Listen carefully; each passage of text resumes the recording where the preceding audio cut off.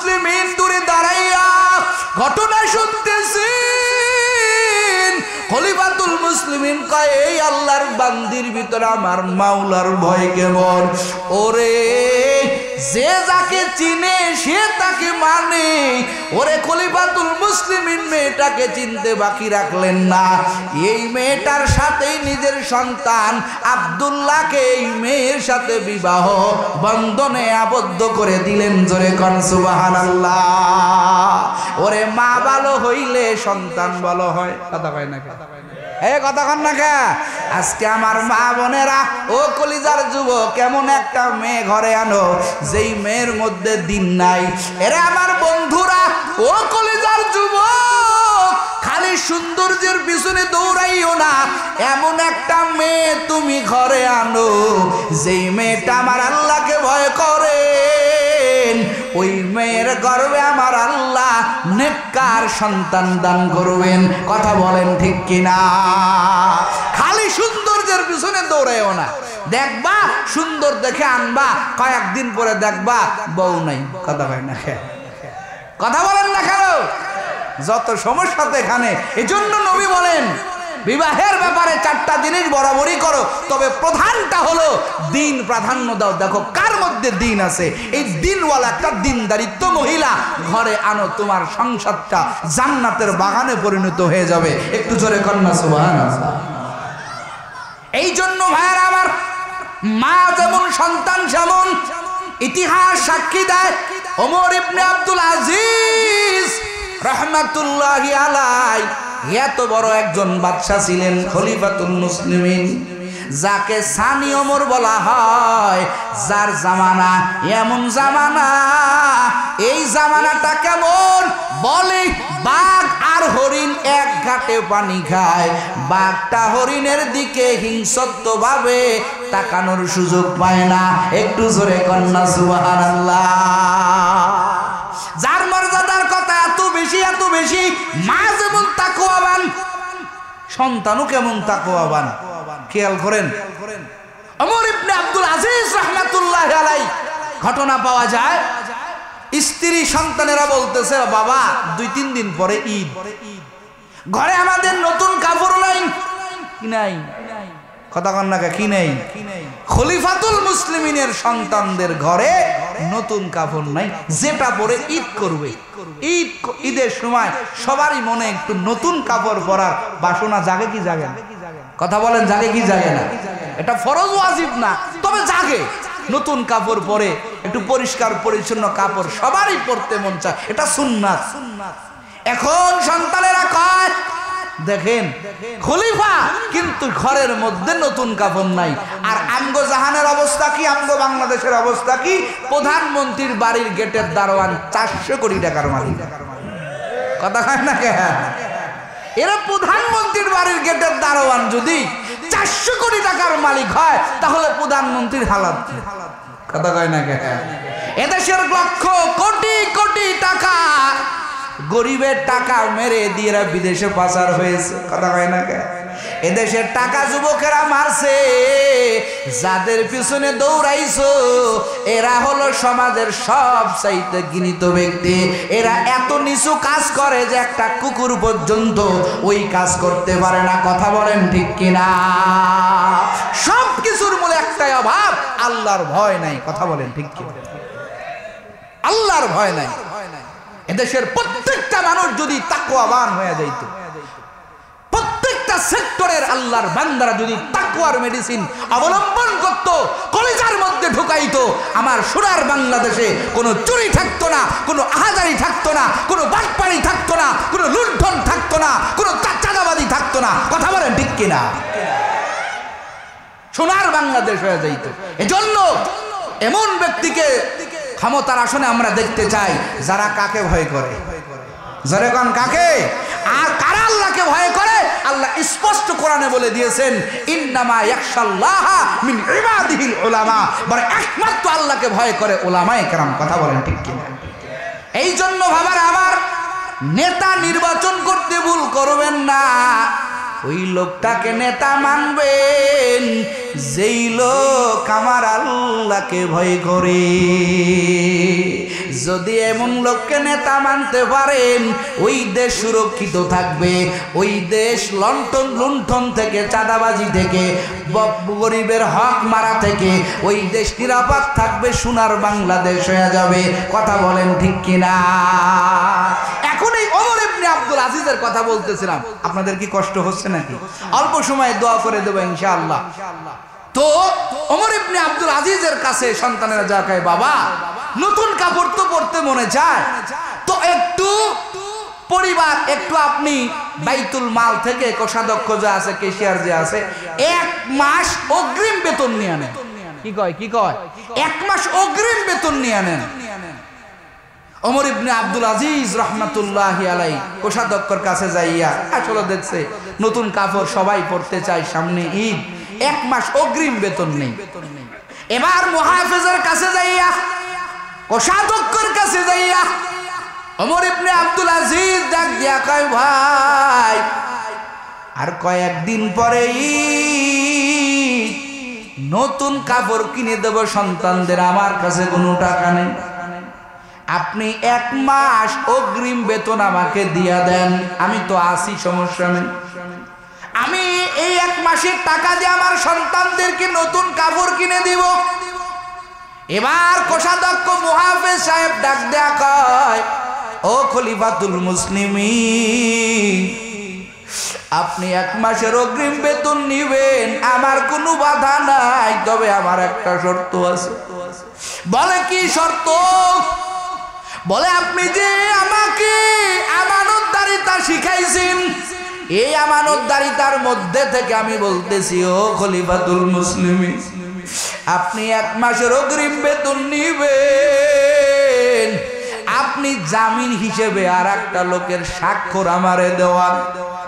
এবার খলিফাতুল মুসলিমিন ওমর ইবনে আব্দুল আজিজ ডাক দিয়া বলে, ওরে কোষাধ্যক্ষ ভাই, আমি অগ্রিম বেতন নিব, জামিনদারের আবার কি প্রয়োজন হবে? তার সই কেন লাগবে?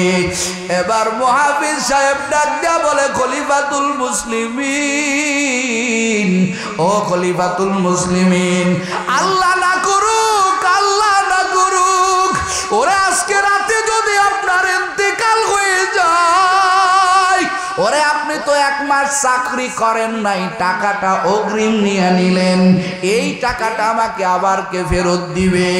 এই জন্য একজন আমানতদারিতা, আপনি একজন জামিন আমাকে দেন, ওরে সে স্বাক্ষর দিবে, আমি কোনো বাধা দিব না, 1 মাসের অগ্রিম বেতন আপনাকে প্রদান করব, তা না হলে এই টাকাটা আমি আবার কেমনে বাইতুল মালে জমা করব। এই কথা বলার পরে ওমর ইবনে আব্দুল আজিজের 2 চোখ বেয়ে পানি পড়তে আরম্ভ করে দিল। খলিফাতুল মুসলিমিন কান্দে আর কয়, ভাই ওরে পুরান কাপড় পরেও তো ঈদ পালন করা যাবে, কিন্তু আমি মাওলাকে বড় ভয় করি, ওরে 1 মাস অগ্রিম বেতন নিয়ে যদি আল্লাহ না করুক আমি মরে যাই, আমার এই টাকাকে পরিশোধ করবে? পুরান কাপড় পরেও আমি ঈদ পালন করব, কিন্তু আমি আমানতের খেয়ানত করব না। ওরে আমার মাওলা যদি আমাকে প্রশ্ন করে কোনো জবাব দিতে পারবো না, আমার অগ্রিম কাপড়ে আমার অগ্রিম টাকার দরকার নাই, আমি পুরান কাবার পরেও আমি ঈদ জ্বালাইতে পারবো। এই লোক ছিল যার ব্যাপারে এত বড় একজন বাদশা, এত বড় একজন যাকে বলা হয় ওমরে সানি। আব্দুল্লাহ ইবনে মুবারককে প্রশ্ন করা হলো, ও আব্দুল্লাহ ইবনে মুবারক, এই আব্দুল্লাহ ইবনে ওমর ইবনে আব্দুল আজিজ রাহমাতুল্লাহি আলাইহি নবীর সোহবত পাই নাই, কিন্তু বড় তাওয়ীব, এত মর্যাদা, এর মর্যাদার আমিরে মুয়াবিয়া কাতবে ওহি, এর মর্যাদা কি সমান হতে পারে? এবার আব্দুল্লাহ ইবনে এবার নবীর এই সাহাবী, এই আবু হানিফা রাহমাতুল্লাহ আলাইহির এই ছাত্র আব্দুল্লাহ ইবনে মুবারক ডাক দিয়া বলেন, কার সাথে কিসের তুলনা করেন? ওরে আমিরে মুয়াবিয়া, তার তো দূরের কথা, তার মর্যাদা তো অনেক দূরে, এই লোক নবীর সহবত প্রাপ্ত সাহাবী, এর মর্যাদা তো অনেক দূরে। ওরে সাহাবী, একটা আদনা সাহাবী, ওরে যুদ্ধের ময়দানে ঘোড়া নিয়ে যুদ্ধের ময়দানে দৌড়াইছেন, আর ওই ঘোড়ার পায়ের আঘাতে, ঘোড়ার ঘুরের আঘাতে ওরে যেই দুলি কোনাগুলো উড়েছেন, এই দুলি কোনার যে মর্যাদা, আব্দুল্লাহ ইবনে ওমর বলে, ওমর ইবনে আব্দুল আজিজ রহমাতুল্লাহি আলাইহি, যদিও তার মর্যাদা এত বেশি, কিন্তু কোন সাহাবীর মর্যাদার সাথে তুলনা করা যাবে না। ওরে সাহাবী তো দূরের কথা, সাহাবী নবীর সাথে কানেকশন, যার মর্যাদা আকাশের নক্ষত্রের মতো রে বাবা। এই সাহাবীর ঘোড়ার পায়ের দুলার সম পরিমাণও ওরে ওমর ইবনে আব্দুল আজিজ হতে পারবে না। জোরে কন্যা আল্লাহু আকবার। এ কলিজার যুবকেরা, মর্যাদা বেড়ে যায় সহবতের কারণে রে বাবা। এই জন্য সাহাবায়ে কিরাম অল টাইম মর্যাদা বাড়াইয়া নিয়েছেন। নবীর সহবতের কারণে আমার আল্লাহ মর্যাদা বাড়াইয়া দিয়েছেন। সাহাবায়ে কেরাম অল টাইম নবীর সাথে চলার চেষ্টা করেছেন। ওরে নবীর মর্যাদার সাথে, নবীর সাথে সহবতের কারণে আমার আল্লাহ কি পরিমাণ মর্যাদা আবু বকররে দান করলেন, এবং কেমন মিল রাখলেন দুইজন। ওরে যাদের চলাফেরায় মিল, যাদের জীবনের ভিতরে মিল, ওরে সাহাবায়ে কেরাম এমন ভাবে নবীর সাথে মিশে গেলেন। আবু বকরের চিন্তা, নবীর পিছনে ফজরের নামাজের পরে আবু বকর বাড়ি যাইতেন না। আবু বকর নাস্তা পর্যন্ত নবীর কাছে বসে থাকতেন। আর একদিন নবীরে ডাক দিয়া কয়, রে নবী, এই দুনিয়ার ভিতরে আমার কাছে তিনটা জিনিস প্রিয়। সাহাবায়ে কেরাম কি বলে? বলে নবী, আমার কাছে তিনটা জিনিস প্রিয়। হুব্বিবা ইলাইয়া মিনাদ দুনিয়া সালাস, ওরে দুনিয়ার ভিতরে আমার কাছে তিনটা জিনিস প্রিয়। আবু বকর ডাক দিয়া বলে, নবী আমার, এক নম্বর আন-নজরু ইলা ওয়াজহি, ও পয়গম্বর, আমার এক নম্বরের প্রিয় হলো আমি আবু বকরের মন চায় অল টাইম আপনারে তাকায়া তাকায়া দেখে, অল টাইম আপনারে তাকায়া তাকায়া দেখে। এমন আশিক ছিলেন নবীর, এমন সহবত দুইজন পেয়েছেন। ওরে এত মোহাব্বত দুইজনের মধ্যে ছিল, এত মিল দুইজনের ছিল, যাদের দুনিয়ার চলাফেরা মিলে যায়, ওরে মরণটাও দুজনের মিলে যায়। নবীর তামান্না হলো, আল্লাহ, আমি শাহাদতের মর্যাদা নিয়ে কবরে যেতে চাই। নবী আমার দোয়া করতেন, আল্লাহুম্মা রযুকনি শাহাদাতান ফি সাবিলিক, ও আল্লাহ শাহাদতের মর্যাদা দিন। আমার আল্লাহ নবীর দোয়া কবুল করে নেয়। কিভাবে? নবীর ইন্তেকালের সময় নবীর ওই যে মহিলা, ইহুদি মহিলা, নবীর গোশতের মধ্যে বিষ বাজাইয়া দিয়েছেন। আমার নবীর ইন্তেকালের মুহূর্তে ওই বিষের বেদনা শুরু হয়ে গেল। নবী আমার বিষের বেদনা উঠলে নবী আমার ইসমে আজম পরে ফু দিতেন, ব্যথাটা কমে যাইত। কিন্তু নবীর ইন্তেকালের মুহূর্তে ব্যথা কমে না। নবী আমার কয়, রে আয়েশা, আমার সেই বুকের মধ্যে বিষের বেদনা, ওই সেই মহিলার খাবারের বিষের বেদনা। আমার আল্লাহ শহীদের মর্যাদা দিয়া নবীকে কবরে নিলেন। আবু বকরের দিলের তামান্না, আল্লাহ আমাকেও শহীদের মর্যাদা দান করেন। আবু বকরের ইন্তেকালের বেলাও ওই যে বিষের বেদনা, কিসের বিষ? ওই যে নবীরে নিয়া গারে সোর, হিজরতের রজনী, কিতাব সাক্ষী দেয় নবী কাউকে নেয় না। হিজরতের রজনী কেউ নবীর সঙ্গী হয় না। আবু বকরকে আমার আল্লাহ সঙ্গী বানায়া দেয়। কেন বানায়া দেয়? ওই যে আবু বকরের তামান্না, আল্লাহ আমার কাছে নবীরে চাইয়া চাইয়া দেখা বড় মজা লাগে। এরে কলিজার যুবক, ও বগুড়ার মুসলমান, ঘন্টার পর ঘন্টা চোখের জিনা করো, জিনা করো, জিনা করো। রাত্রে জেগে জেগে মোবাইল দেখো, চোখটাকে হারাম বানায় ফেলতেছো, নাপাক বানায় ফেলতেছো। এরে বর্দার আড়ালের আম্মা জান, মাগরিব থেকে নিয়ে 10টা 11টা পর্যন্ত টিভির সামনে থাকো, সিরিয়াল না দেখলে তোমার ভালো লাগে না। কিন্তু নবীর সাহাবীরা কেমন, ওরে নবীরে না দেখলে ভালো লাগে না। ওরে দুনিয়াতে তুমি যেমন আল্লাহ তেমন হবেন। আল্লাহ তাআলা হাদিসে কুদসির মধ্যে বলেন, আনা ইনদা জন্নি আবদি বি। ও বান্দা তুই যেমন আমি তেমন। ও বান্দা তোর রুচি যেমন হবে আমি আল্লাহর আসার তেমন হবে। আজকে আমাদের রুচি নষ্ট হয়ে গেছে। আজকে আমাদের রুচি নষ্ট হওয়ার কারণে আমরা আল্লাহর থেকে ভালো আচরণ পাই না। কথা বলেন ঠিক কিনা? সাহাবায়ে কেরামের রুচি ভালো, তাদের আদর্শ ভালো, তাদের চাহিদা ভালো। আল্লাহ তাআলা তাদের সাথে সেই ব্যবহারটাই করেছেন। আবু বকর কয়, নবী আমার কাছে সবচাইতে দুনিয়ার প্রিয় আপনার চেহারা মুবারক তাকায়া তাকায়া দেখা। আমার আল্লাহ কয়, আবু বকর রে আমার বন্ধুরে তোর কাছে দিয়া দিলাম। হিজরতের রজনী লম্বা কথা, নবীর নিয়ে আবু বকর কান্দের উপরে করিয়া বাবা 2 বছর আগে গিয়েছিলাম গারে সোর, এত বড় পাহাড় রে বাবা, উপরে একটা মানুষেরকে কবুতরের মতো দেখা যায়। ওইখানে যাই আমার নবী পা টিপে টিপে হাঁটার কারণে নবীর পায়ের আঙ্গুল মুবারক ফেটে গেল।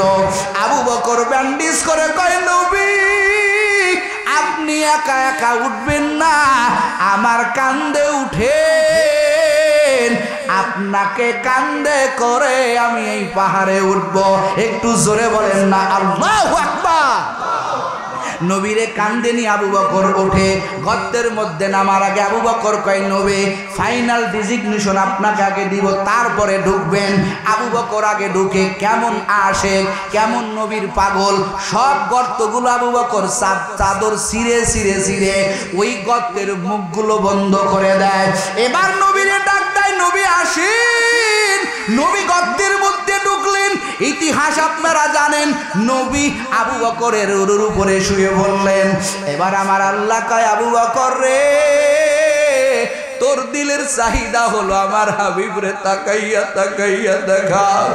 এই গর্তের ভিতরে কেউ তোদের ডিস্টার্ব করবে না। ওরে আবু বকর দেখ দেখ দেখ আমার হাবিব রে তোর কোলের উপরে দিলাম। টানা 72 ঘন্টা নবীর চেহারা দর্শনের সুবর্ণ সুযোগ আবু বকরের মিলে যায়। জোরে কন্যা সুবহানাল্লাহ। ওরে যুবক, সব গর্ত বন্ধ করেছে, কিতাবের মধ্যে বেশি একটা গর্ত বন্ধ করতে পারে নাই। আবু বকর পা দিয়া গর্তটা চেপে রাখছে রে বাবা। ওই গর্তের মধ্যে বিষাদর সাপ। আবু বকরে বারবার সিগন্যাল দেয়, আবু বকর পাটা সরায় না। এক পর্যায়ে সাপটা আবু বকরের পায়ে দংশন করে দিল। বিষের জ্বালা আবু বকরের পুরা শরীর মুবারক লাল বর্ণের হয়ে গেল। ওরে অজান্তেই চোখ থেকে পানি নবীর চেহারা মুবারকে ভরে গেল। এবার আমার নবী ঘুম থেকে উঠে দেখে আবু বকরের চোখে পানি।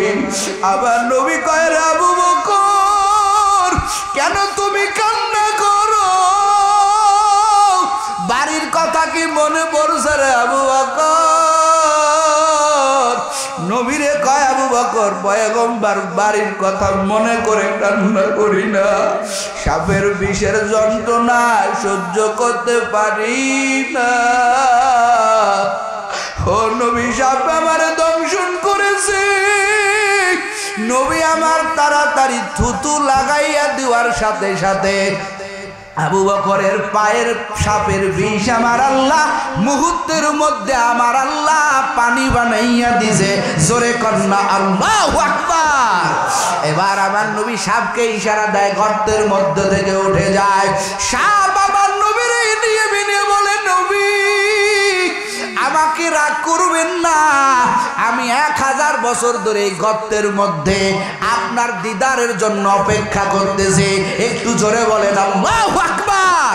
আপনি তাওরাত কিতাবের মধ্যে শুনেছি এখান দিয়ে আপনি হিজরত করবেন। আমি সাপ এই গর্তের ভিতরে ওরে আপনাকে এক নজর দেখার জন্য রে নবী আমার এই গর্তের মধ্যে আমি বহু পজিশন করে রাখছি, কিন্তু আপনার সাহাবী আবু বকর সব ঘরে খপ গর্ত বন্ধ করে দিয়েছে। এই জন্য আমি কামড় দিয়েছি। এই যে সাপের কামড়টা আবু বকরের ভিতরে ঢুকে গেল, বিষ ঢুকে গেল। আবু বকরের দিলের তামান্না হলো আমিও শাহাদতের মর্যাদা নিয়ে কবরে যাব, আমার আল্লাহ কবুল করে নিলেন। আবু বকরের যেদিন ইন্তেকাল হলো রে যুবক, ওই দিনকে আবু বকরের দেহের মধ্যে এই সাপের বিষের বেদনা উঠছিল। এমন মিল দুই বন্ধু যাদের জীবনে মিল হয় আবার মরণটাও মিলে যায়। এরে কলিজার যুবক, তোর আজকে চুলটা নেইমারের সাথে মিলে যায়, তোর চুল কাটার কাটিংটা মেসির সাথে মিলে যায়, সাকিব আল হাসানের সাথে মিলে যায়, পোশাক আশাক মিলে যায়। এরে যুবক, তোর হাতে দড়ি পায়ে দড়ি, বল তুই আজকে আলেমুল আমাকে পছন্দ করো না? ওরে তোর বিদায় বেলা যখন কবরে নামাবি, ওই কবরের মধ্যে নামাইয়া রে যুবক তোর সিনার উপরে হাত রাখিয়া কার নামটা বলা হবে? যাদের যেই দুনিয়ার মায়া মহাব্বতে জীবনটা চালাইলা, এদের নাম তো বলা হয় না রে যুবক। ওই সময় ইমাম সাহেব বলবেন বিসমিল্লাহি ওয়া আলা মিল্লাতি রাসূলিল্লাহ। যুবক রে, তোর জীবনের কোনো একটা অংশ নবীর সাথে মিলে নাই। এই বিদায় বেলা যতবার ইমাম সাহেব বলুক না কেন রে যুবক, মদিনাওয়ালার নবী তো তোর অবস্থা জানেন। তোর একটা আদর্শ, একটা আচার আচরণ, তোর শরীরের দিকে তাকাইলে নবীর সুন্নতের ঘ্রাণ পাওয়া যায় না। এরে কলিজার যুবক, ভয় কি পাও না? মনে করো যৌবন বয়সে মনে হয় মরণ নাই, এটাও তো স্বীকার অস্বীকার করতে পারবা না। তোমার মতো হাজার যুবক, এ কলিজার ভাইরা, তোমার মতো হাজার যুবক প্রতিদিন কবরে যাইতেছে।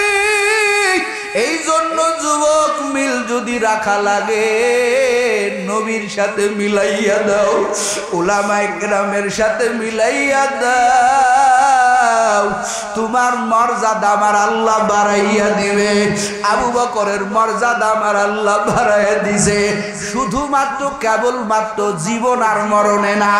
আবু বকর ইন্তেকালের আগে ওসিয়াত করে, উমর রে, আমার ইন্তেকালের পরে কোথায় রাখবা? এরে উমর, আমার যেদিন মরণ হবে আমার লাশটা নবীর রওজার কিনারায় নিয়ে যাওয়া। আমার নবীরে বলবা, নবী আপনার বাল্যকালের বন্ধু আবু বকর আমাদের সারিয়া চলে যাইতেছেন। আবু বকরের দিলের তামান্না হলো আপনার কাছে একটু ঘুমাইবে, যদি অনুমতি দেন।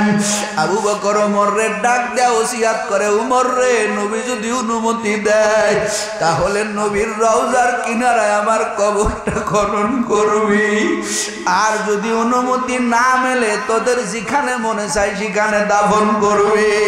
আবু বকরের ইন্তেকালের পরে উমর চোখে পানি নিয়ে আবু বকরের দাফনের কাপড়ে প্যাকেট করিয়া নবীর রওজার কিনারায় চলে গেল।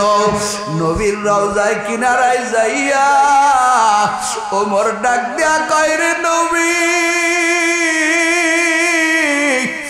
আপনার বাল্যকালের বন্ধু আবু বকর আর আমাদের মাঝে নাই। আবু বকরের দিলের তামান্না আপনার কাছে ঘুমাইবে, অনুমতি কি মিলবে রে নবী? ও বগুড়ার মুসলমান, ও পর্দার আমার আম্মা জান, রাসূলের রওজার ভিতর থেকে আওয়াজ চলে আসলো, বন্ধুকে কোথায় রাখবা? উদখুলুল হাবিব আইলাল হাবিব, বন্ধুকে বন্ধুর সাথে মিলাইয়া দাও। জোরে বলেন আল্লাহু আকবার। এ কলিজার যুবকেরা, আর কয়দিন বাহাদুরি করবি? কি মনে করছো এই আবু বকর এত মর্যাদাবান ব্যক্তি হওয়ার পরেও, নবীর এত কাছের সাহাবী হওয়ার পরেও আবু বকরের জিন্দেগি মুতালা করে দেখো, শুধু কান্না কান্না আর কান্না। তোমার আমার ইবাদত নাই, চোখে পানি নাই রে যুবক। আবু বকর এত মর্যাদাবান ব্যক্তি হওয়ার পরেও এমন কোন রজনী নাই যেই রজনীতে কান্না করে নাই। এরে পর্দার আড়ালের আম্মা জান, ও কলিজার যুবকেরা, এরে বৃদ্ধ বাবা জানের, আর কয়দিন নাফরমানি করবে? কি নিয়ম মাওলার কবরে যাবেন? অন্তরটাকে প্রশ্ন করেন। আপনিও গুনাহগার, আমিও গুনাহগার। এই ময়দানে আমার মতো গুনাহগার কেউ নাই। ওর এই ময়দানে মনে হয় আমি বড় গুনাহগার। এই ময়দানে তওবা করেন। অন্যায় তো করিয়াই ফেলেছেন রে যুবক, আবার মাওলার দরবারে তওবার নিয়ত করো। তুমি আমি যেই গুনাহ করে জাহান্নাম জ্বলাইছি, ওই জাহান্নাম কি দিয়া নিবাইবার যুবক? জাহান্নামের আগুন কিন্তু চোখের পানি ছাড়া নিভানো সম্ভব হবে না। এই জন্য বড় বড় সাহাবায়ে কেরাম কান্না করে করে করে করে জিন্দেগি ভর করছে। আবু বকরের জিন্দেগি তালাশ করে দেখো, একটা গাছের পাতা নিয়ে আবু বকর কান্না করেছেন। ইয়া লাইতানি ইয়া ইবনে কুহাফা, এরে কুহাফার সন্তান কেন মানুষ হইলি? ইয়া লাইতানি কুনতু মিনাল ওয়ারাকা, ইয়া লাইতানি কুনতু মিনাশ শাজার, ইয়া লাইতানি কুনতু মিনাল ওয়ারাকা মিনাশ শাজার। ওরে আমি যদি একটা গাছের পাতা হইতাম, আমারে ছাগল খাইয়া ফেলতো, আবার কোনো হিসাব ছিল না। কিন্তু আমি মাওলার দরবারে কি নিয়ে যাব? আল্লাহ তুমি আমারে কেন মানুষ বানাইলা? ওসমান রাদিয়াল্লাহু তাআলা আনহু কবর দেখে কান্না করতেন। এরে কলিজার যুবক, আশেপাশে তাকাইয়া কি দেখো না? তোর কত কলিজার যুবক ভাই যৌবন বয়সে কবরে চলে গেল। এই হাত দিয়া কত মানুষের জানাজার নামাজ পড়লি, কত মাইয়েদের গোসল করে কবরে নামাইলি। ওরে আমিও তুমি ওই কবরপুরের যাত্রী, কি নিয়া কবরে যাবা?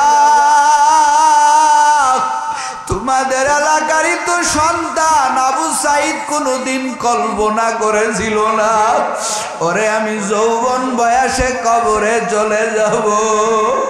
বাবা মা কত আশা নিয়া, কত আকাঙ্ক্ষা নিয়া সন্তানের কলেজে পড়তে দিছে, কিন্তু সন্তান তো লাশ হইয়া বাড়ি ফিরে আসলো।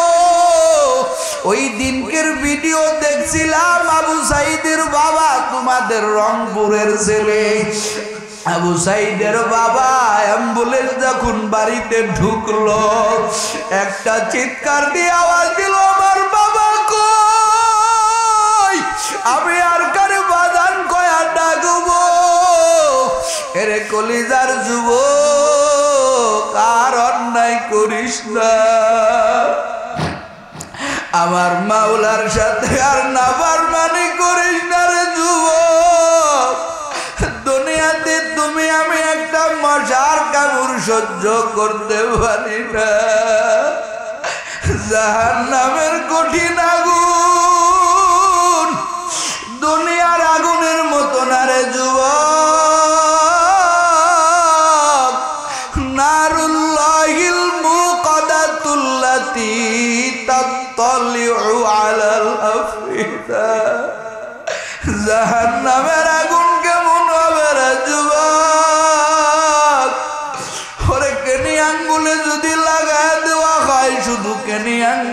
উড়বে না, কলিজাটা পর্যন্ত পুরে ভুনা হয়ে যাবে।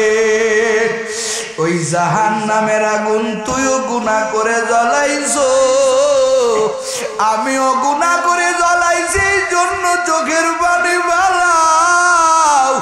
চোখের পানি সারা বাবা জাহান্নামের আগুন নিবে না। আল্লাহ যদি মাফ না করে, তোমার আমার ইবাদত, তোমার আমার ইলম কোনো কাজে আসবে না।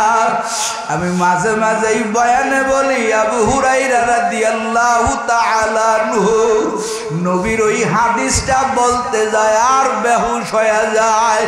হাসরের ময়দানে আমার আল্লাহ আলেমদেরকে ডাকবেন, এরে আলেম কি করছো দুনিয়ায়? বলে আমি দ্বীনের ইলম শিক্ষা করেছি।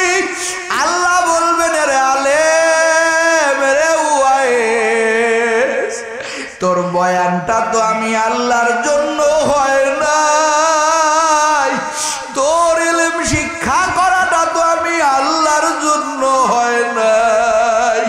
মানুষ তোরে বড় আলেম বলবে, মানুষ তোকে বড় ওয়াইজ বলবে, মানুষকে খুশি করার জন্য করছো, আমি আল্লাহর জন্য তো করো নাই। যাও, তোমার ঠিকানা জাহান্নাম। আল্লাহ তার ডাক দিবেন, ও দানবীররা আসো। দানকারীরা যাবেন, বলবেন, আল্লাহ বলবেন কি করছো? বলবে, আল্লাহ আমরা দান করেছি। আল্লাহ বলবেন, মনে মনে তো এটা ছিল না, তোমার মনে ছিল আমি দান করলে মানুষ আমাকে দানবীর বলবে, মানুষের বাহবা পাওয়ার জন্য দান করেছো। আল্লাহ বলবে, তোমার দানটা আমার জন্য হয় নাই, যাও তুমি জাহান্নামে যাও। এ যুবকেরা, এত কিছু করেও যদি আল্লাহর জন্য না হয়, আল্লাহ তোমাকে আমাকে জাহান্নামে পাঠাইয়া দিবেন। এই জন্য বাহাদুরি করার কিছু না, ইলমের অহংকার করে কোনো লাভ হবে না। এরে আল্লাহর বান্দারা, ও পর্দার আড়ালে আমার মা বোনেরা, আর কয়দিন বেপরদাগিরি করবেন? এই ময়দানে তওবা করেন, শেষ জীবনের মাহফিল হতে পারে, আপনারও শেষ মাহফিল হতে পারে, আমারও শেষ মাহফিল হতে পারে। চোখের পানি ছাড়া কিছু হবে না। আজকের এই ময়দানে তওবা করেন, আর নামাজ কাজা দিবেন না, আর দাড়িতে খুল লাগাইবা না রে যুবক। তোমার মতো হাজার যুবক 5 বেলার নামাজ পড়ে, দাড়িটা লম্বা করে, নবীর তরিকায় চলে রে যুবক, তুমি কেন পারবা না? ও পর্দার আড়ালের আম্মা জানেরা, আপনার মতো বহু মা বোনেরা 5 বেলার নামাজ পড়ে পর্দা করে, স্বামীর মাল হেফাজত করে, সকাল সন্ধ্যায় জিকির করে, কোরআন তেলাওয়াত করে, অভাব নাই। টিভি সিনেমা দেখে না, মোবাইলের আড্ডা নাই, বেপরদাগিরি করেন, আপনি কেন পারবেন না রে আম্মা জান? এই ময়দানে তওবা করেন। ও যুবকেরা, বৃদ্ধ বাবা জানেরা, এই ময়দানে তওবার নিয়ত করেন, আর গুনাহ করবেন না। কারা কারা পারবেন? খাঁটি নিয়ত যদি থাকে, তওবার নিয়তে দুটো হাত আমার আল্লাহরে দেখায়া দাও। নারায়ে তাকবীর। আয় আল্লাহ, তওবার নিয়তে হাত উঠাইছি, আর গুনাহ করব না,